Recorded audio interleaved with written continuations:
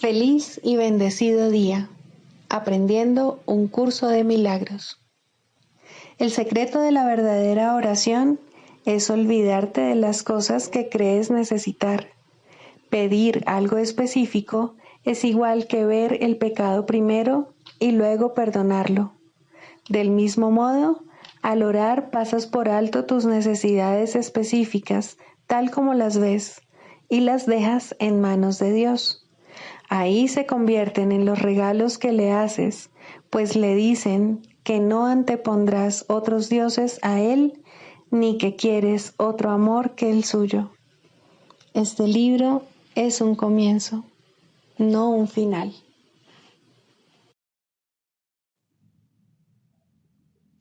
Del prefacio, que postula, párrafo 4. Una vez que alguien queda atrapado en el mundo de la percepción, queda atrapado en un sueño. No puede escapar sin ayuda, porque todo lo que sus sentidos le muestran da fe de la realidad del sueño. Dios nos ha dado la respuesta, el único medio de escape, el verdadero ayudante. La función de su voz, su Espíritu Santo, es mediar entre los dos mundos. El Espíritu Santo puede hacer eso porque, si bien por una parte conoce la verdad, reconoce también nuestras ilusiones, aunque no cree en ellas. El objetivo del Espíritu Santo es ayudarnos a escapar del mundo de los sueños, enseñándonos cómo cambiar nuestra manera de pensar y cómo corregir nuestros errores. El perdón es el recurso de aprendizaje excelso que el Espíritu Santo utiliza para llevar a cabo ese cambio en nuestra manera de pensar. El curso, no obstante, ofrece su propia definición de lo que en realidad es el perdón, así como también de lo que es el mundo.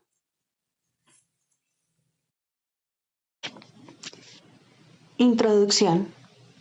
Este es un curso de milagros, es un curso obligatorio. Solo el momento en que decides tomarlo es voluntario. Tener libre albedrío no quiere decir que tú mismo puedas establecer el plan de estudios. Significa únicamente que puedes elegir lo que quieres aprender en cualquier momento dado.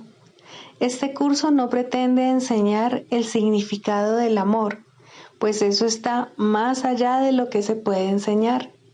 Pretende, no obstante, despejar los obstáculos que impiden experimentar la presencia del amor, el cual es tu herencia natural.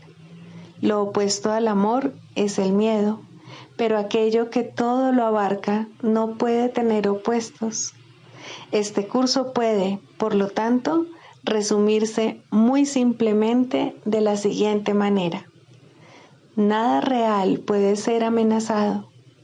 Nada irreal existe. En esto radica la paz de Dios.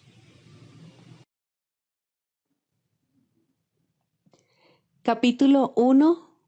El significado de los milagros. Primero, principios de los milagros.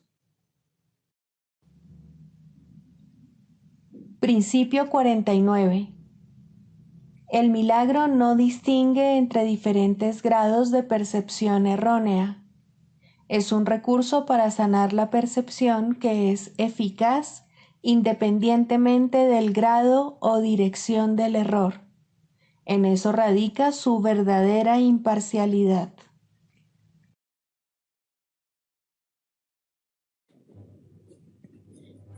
Capítulo 7. Los regalos del reino.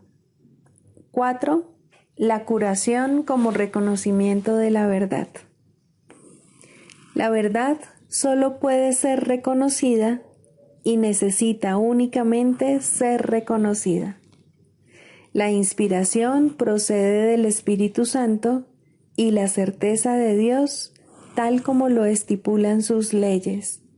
Ambas cosas, por lo tanto, proceden de la misma fuente, porque la inspiración procede de la voz que habla en favor de Dios y la certeza de las leyes de Dios. La curación no procede directamente de Dios, quien sabe que sus creaciones gozan de perfecta plenitud. Aún así, la curación sigue siendo parte del ámbito de Dios porque procede de su voz y de sus leyes. Es el resultado de éstas en un estado mental que no conoce a Dios. Ese estado le es desconocido a él y, por lo tanto, no existe. Pero aquellos que duermen no son conscientes, puesto que no son conscientes, no saben nada. El Espíritu Santo tiene que operar a través de ti para enseñarte que Él mora en ti. Es este un paso intermedio encaminado al conocimiento de que tú estás en Dios porque formas parte de Él. Los milagros que el Espíritu Santo inspira no pueden entrañar grados de dificultad porque todas las partes de la creación son de un mismo orden. Esa es la voluntad de Dios y la tuya. Las leyes de Dios así lo estipulan y el Espíritu Santo te lo recuerda. Cuando curas, estás recordando las leyes de Dios y olvidándote de las del ego. Dije anteriormente que olvidar es simplemente una forma de recordar mejor. Olvidar, por lo tanto, cuando se percibe correctamente, no es lo opuesto a recordar. Si se percibe incorrectamente, da lugar a una percepción que está en conflicto con alguna otra cosa, como ocurre con toda percepción incorrecta. Mas, si se percibe correctamente, puede usarse como un medio para escapar del conflicto, como ocurre con toda percepción correcta. El ego no quiere enseñarle a nadie lo que ha aprendido, puesto que eso sería contrario a su propósito. Por lo tanto, no aprende nada en absoluto. El Espíritu Santo te enseña a usar lo que el ego ha fabricado a fin de enseñarte lo opuesto a lo que el ego ha aprendido. Lo que el ego ha aprendido es tan irrelevante como la facultad particular que utilizó para aprenderlo. Lo único que tienes que hacer es esforzarte por aprender, pues el Espíritu Santo tiene un objetivo unificado para tus esfuerzos.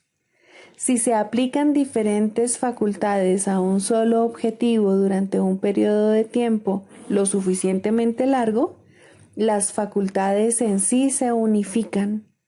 Esto se debe a que se canalizan en una sola dirección o de la misma manera.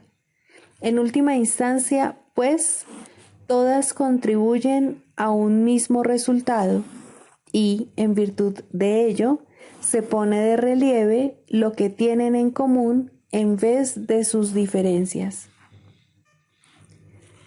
Todas las capacidades deben entregársele, por lo tanto, al Espíritu Santo, quien sabe cómo usarlas debidamente. Las usa exclusivamente para curar, porque únicamente te conoce en tu plenitud.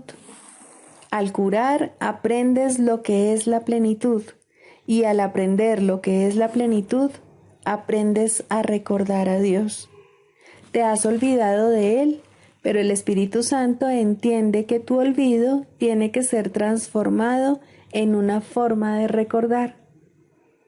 El objetivo del ego es tan unificado como el del Espíritu Santo, y por ello sus respectivos objetivos jamás podrán reconciliarse en modo alguno ni desde ningún punto de vista. El ego siempre trata de dividir y separar. El Espíritu Santo de unificar y curar. A medida que curas, eres curado, ya que el Espíritu Santo no ve grados de dificultad en la curación. Curar es la manera de desvanecer la creencia de que existen diferencias al ser la única manera de percibir a la filiación como una sola entidad. Esta percepción, por lo tanto, está en armonía con las leyes de Dios, aun cuando tiene lugar en un estado mental que no está en armonía con el suyo. La fuerza de la percepción correcta es tan grande que pone a la mente en armonía con la mente de Dios, pues se encuentra al servicio de su voz, la cual mora en todos vosotros. Pensar que puedes oponerte a la voluntad de Dios es un verdadero desvarío. El ego cree que puede hacerlo y que puede ofrecerte su propia voluntad como regalo, mas esa voluntad no te interesa, no es un regalo, no es nada en absoluto. Dios te ha dado un regalo que simultáneamente tienes y eres. Cuando no lo usas, te olvidas de que lo tienes. Al no recordarlo, no sabes lo que eres. Curar, por consiguiente, es una manera de abordar el conocimiento pensando de acuerdo con las leyes de Dios y reconociendo su universalidad. Sin este reconocimiento, haces que esas leyes no signifiquen nada para ti. Aún así, sus leyes siguen teniendo sentido, ya que encierran todo el significado que existe, el cual está contenido en ellas. Busca primero el reino de los cielos, porque ahí es donde las leyes de Dios operan verdaderamente, y no pueden sino operar verdaderamente, porque son las leyes de la verdad. Pero busca solo eso, puesto que no puedes encontrar nada más, no hay nada más. Dios es el todo de todo en un sentido muy literal. Todo ser existe en Él, que es todo ser. Por lo tanto, tú existes en Él, ya que tu ser es el suyo. Curar es una manera de olvidar la sensación de peligro que el ego ha sembrado en ti, al no reconocer la existencia de éste en tu hermano. Esto refuerza al Espíritu Santo en ambos, porque significa que te has negado a darle validez al miedo. El amor solo necesita esta invitación.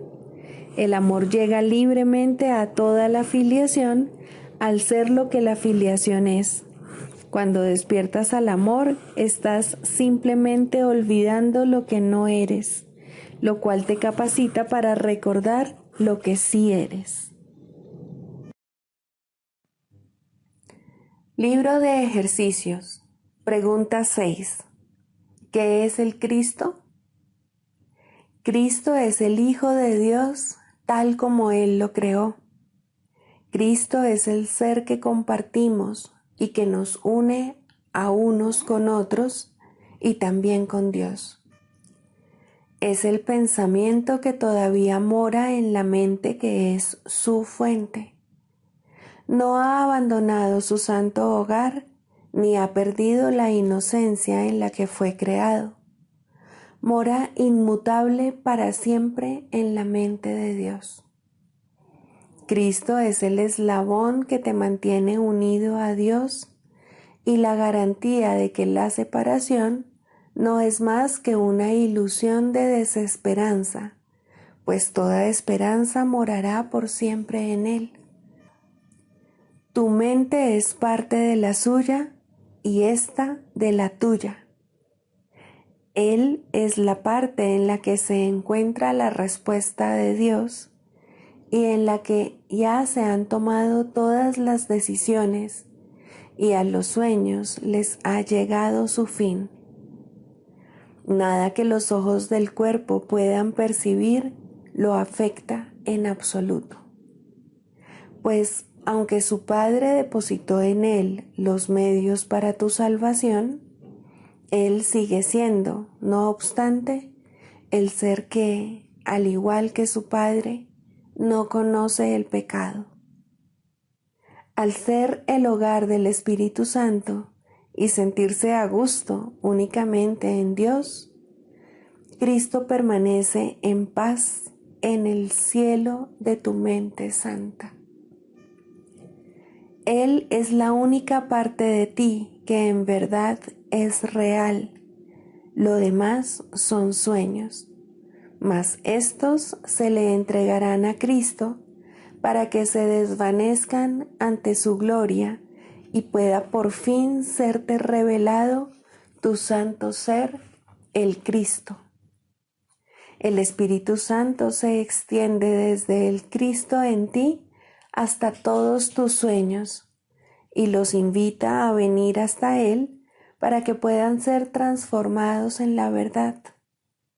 Él los intercambiará por el sueño final que Dios dispuso fuese el fin de todos los sueños. Pues cuando el perdón descanse sobre el mundo y cada uno de los hijos de Dios goce de paz, ¿qué podría mantener las cosas separadas cuando lo único que se puede ver es la faz de Cristo? ¿Y por cuánto tiempo habrá de verse esta santa faz cuando no es más que el símbolo de que el periodo de aprendizaje ya ha concluido y de que el objetivo de la expiación por fin se ha alcanzado? Tratemos, por lo tanto, de encontrar la faz de Cristo y de no buscar nada más.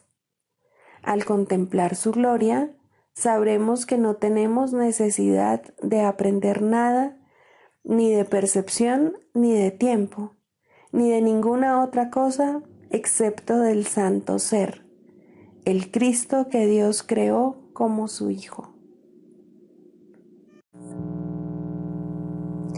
Lección 277.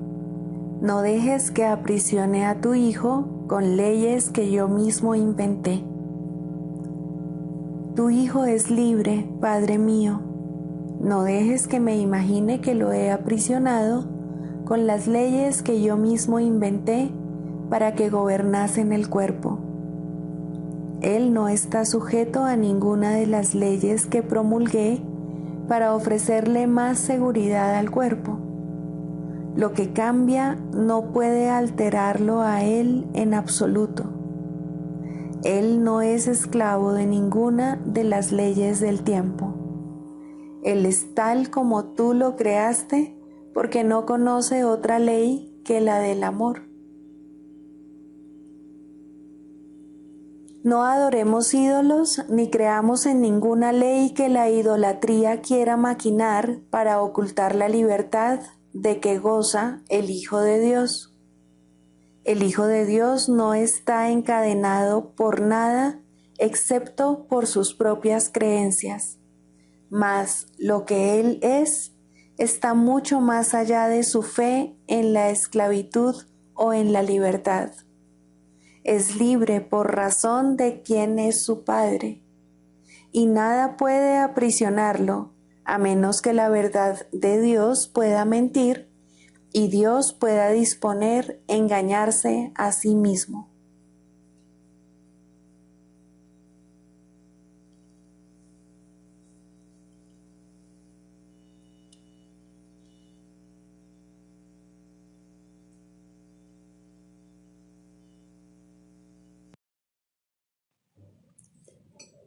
Manual para el maestro. 4. ¿Cuáles son las características de los maestros de Dios? Las características superficiales de los maestros de Dios no son en modo alguno similares. Si se les mira con los ojos del cuerpo, se observa que no hay parecido entre ellos, que vienen de ambientes totalmente distintos, que sus experiencias acerca del mundo varían enormemente y que sus personalidades externas son muy diversas. Durante las primeras etapas en el desempeño de su función como maestros de Dios, no han adquirido todavía las profundas características que los establecerán como lo que son. Dios concede dones especiales a sus maestros, porque tienen un papel especial que desempeñar en su plan para la expiación. El que sean especiales es, por supuesto, una condición estrictamente temporal, establecida en el tiempo, a fin de que les lleve más allá de él. Estos dones especiales, nacidos de la relación santa, hacia la que se encamina la situación de aprendizaje-enseñanza, se convierten en algo característico de todos los maestros de Dios que han progresado en su aprendizaje. Desde este punto de vista, todos son iguales. Cualquier diferencia entre los hijos de Dios es siempre temporal. Puede afirmarse, no obstante, que, en el tiempo, los maestros de Dios más avanzados poseen las siguientes características: confianza, honestidad, tolerancia, mansedumbre, júbilo, indefensión, generosidad, paciencia, fe y mentalidad abierta. Hoy haremos hincapié en la característica 4, la mansedumbre.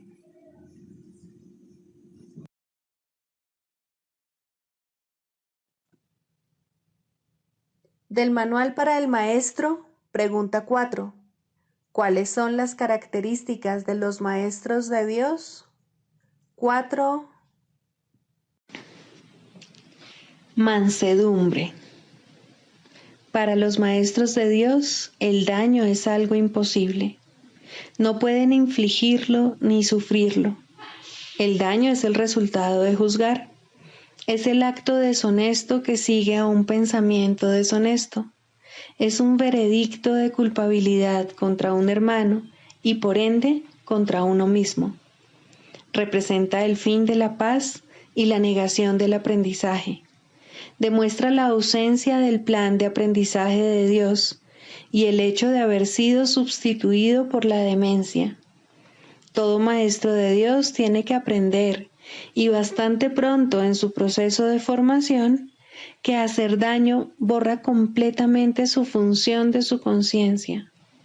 Hacer daño le confundirá y le hará abrigar sospechas y sentir ira y temor.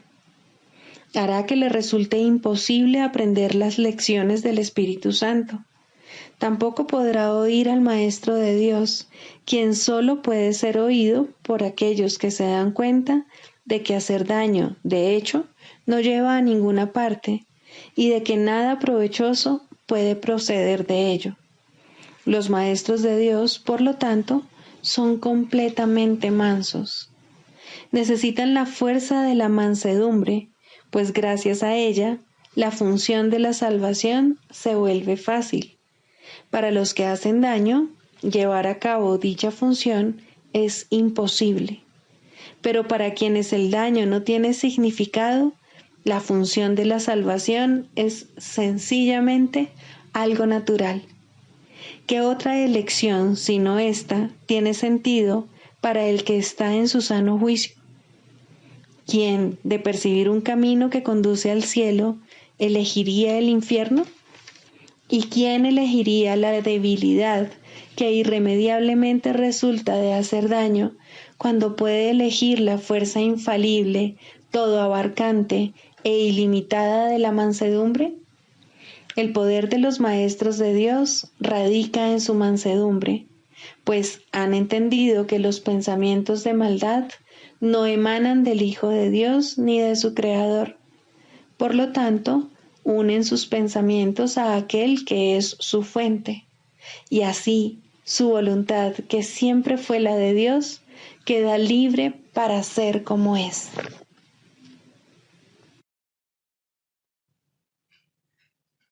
Clarificación de términos. El perdón, la faz de Cristo. El perdón es el medio que nos lleva a Dios y que nos permite alcanzarle, mas es algo ajeno a Él. Es imposible concebir que algo creado por Él pueda necesitar perdón. El perdón, entonces, es una ilusión, pero debido a su propósito, que es el del Espíritu Santo, hay algo en ella que hace que sea diferente. A diferencia de las demás ilusiones, nos aleja del error en vez de acercarnos a él. Al perdón podría considerársele una clase de ficción feliz, una manera en la que los que no saben pueden salvar la brecha entre su percepción y la verdad. No pueden pasar directamente de la percepción al conocimiento, porque no creen que esa sea su voluntad. Esto hace que Dios parezca ser un enemigo en lugar de lo que realmente es, y es precisamente esta percepción de mente la que hace que no estén dispuestos a simplemente ascender y retornar a Él en paz. Y de este modo necesitan una ilusión de ayuda, porque se encuentran desvalidos, un pensamiento de paz porque están en conflicto. Dios sabe lo que su Hijo necesita antes de que Él se lo pida. Dios no se ocupa en absoluto de la forma, pero al haber otorgado el contenido, su voluntad es que se comprenda, y eso basta. Las formas se adaptan a las necesidades, pero el contenido es inmutable, tan eterno como su Creador. Antes de que el recuerdo de Dios pueda retornar, es necesario ver la faz de Cristo. La razón es obvia. Para ver la faz de Cristo se requiere percepción. El conocimiento no es algo que se pueda ver, pero la faz de Cristo es el gran símbolo del perdón, es la salvación, es el símbolo del mundo real. El que la ve deja de ver el mundo. Está tan cerca ya del umbral del cielo como es posible estar mientras aún esté afuera. Mas desde ahí, un paso más basta para entrar. Es el paso final, y ese se lo dejamos a Dios.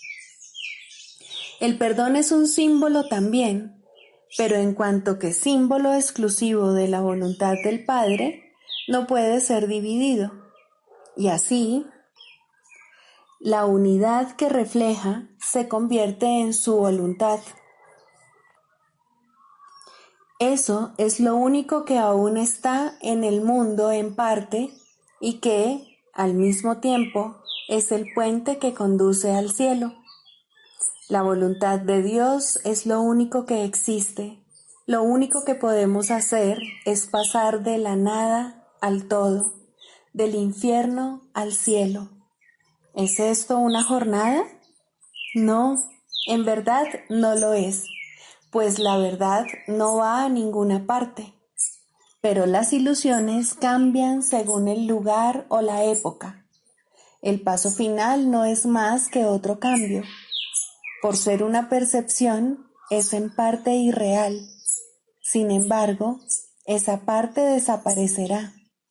Lo que entonces quedará será la paz eterna y la voluntad de Dios. Ahora ya no hay deseos, pues los deseos cambian. Incluso lo que una vez se deseó puede volverse indeseable.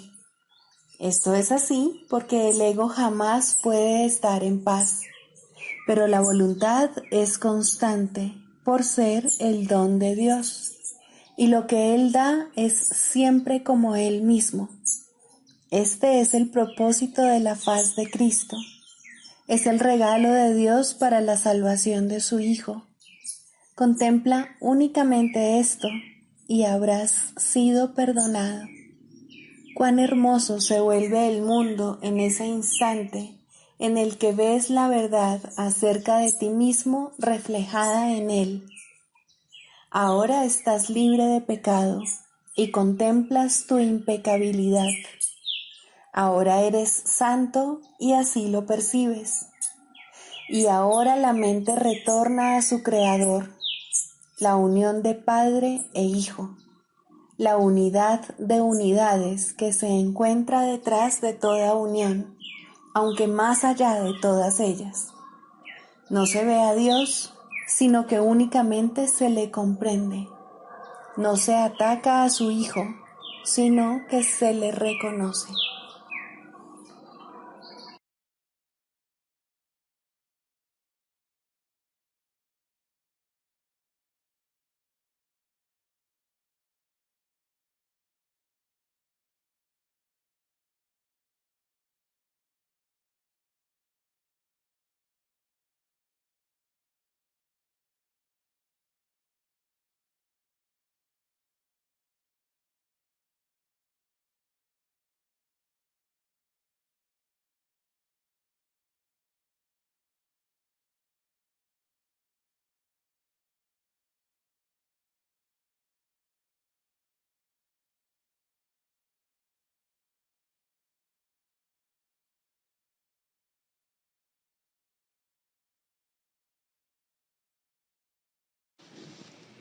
Primero, los límites en la psicoterapia.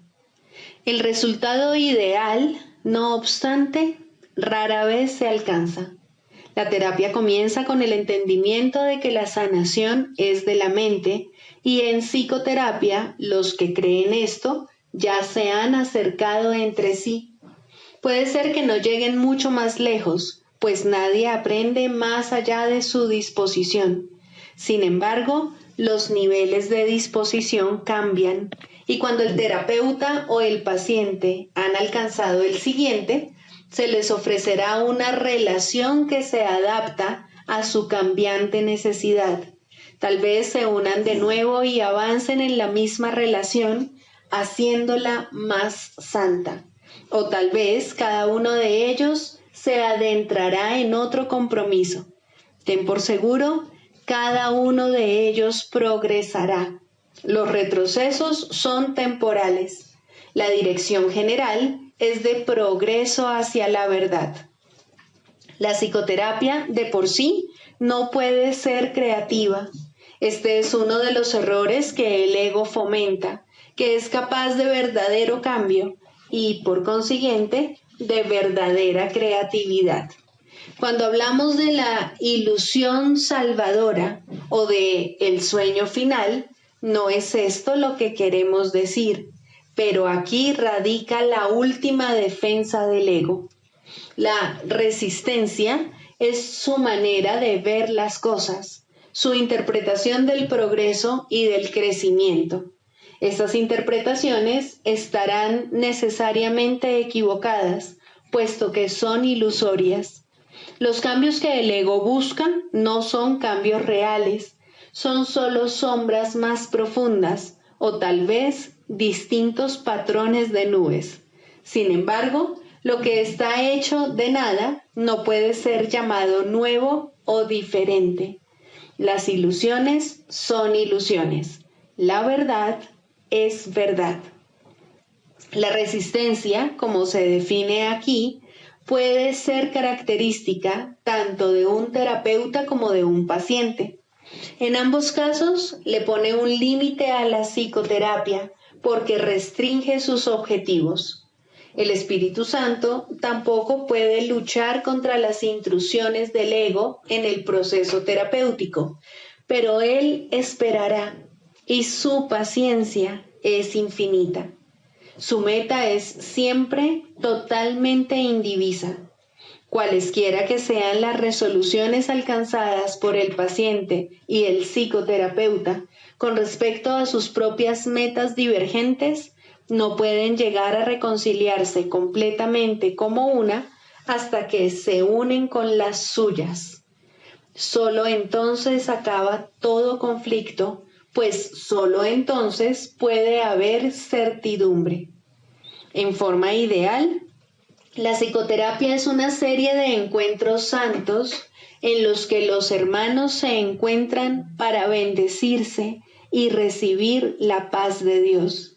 Y esto llegará a ocurrir algún día para todo paciente sobre la faz de la tierra, pues ¿quién, sino un paciente, podría haber llegado aquí?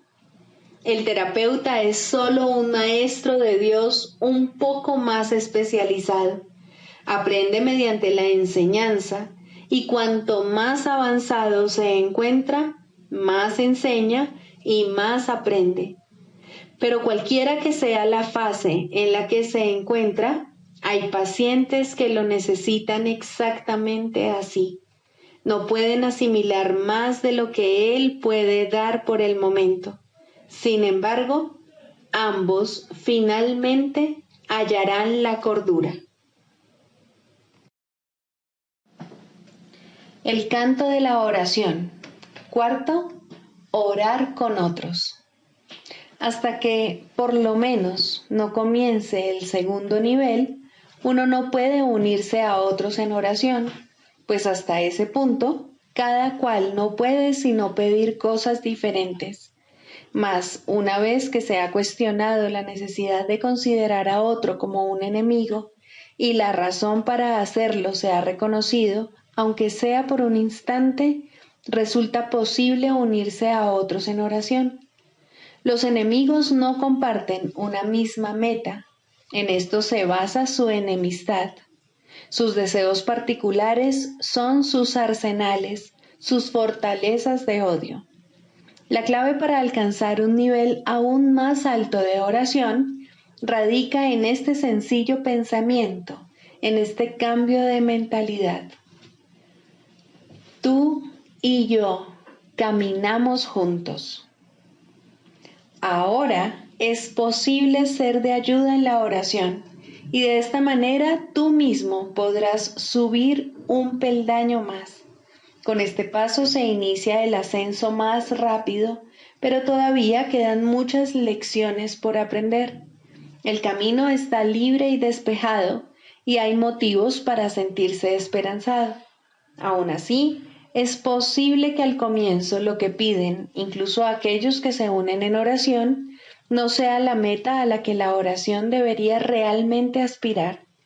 Incluso pueden pedir cosas juntos y así dar lugar a la ilusión de que comparten una misma meta.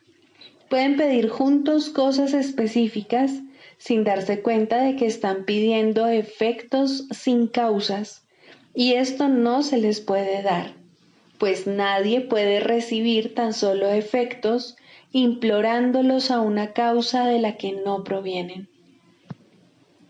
De modo que incluso unirse a otros no es suficiente si los que oran juntos no preguntan, ante todo, ¿cuál es la voluntad de Dios? Solo de esta causa puede proceder la respuesta en la que todo lo específico se satisface y todos los deseos particulares se unifican. Orar por cosas específicas es pedir que de alguna manera el pasado se repita. Lo que antes se disfrutó o pareció disfrutarse, y lo que era de otro y él parecía amar, no son sino ilusiones del pasado. El objetivo de la oración es liberar el presente de su encadenamiento a las ilusiones del pasado y que la deje ser un remedio que se escoge libremente para corregir cada elección errónea que se haya tomado. Lo que la oración puede ofrecer ahora excede en tal medida todo cuanto antes pedías, que sería una lástima que te contentases con menos. Cada vez que oras, estás eligiendo tener nueva oportunidad. La sofocarías y encarcelarías en viejas prisiones cuando ha llegado la oportunidad de liberarte de todas ellas a la vez. No restrinjas tu pedir. La oración puede traer la paz de Dios. ¿Qué cosa ligada al tiempo podría darte más que esto durante el breve lapso que perdura antes de desmoronarse en polvo?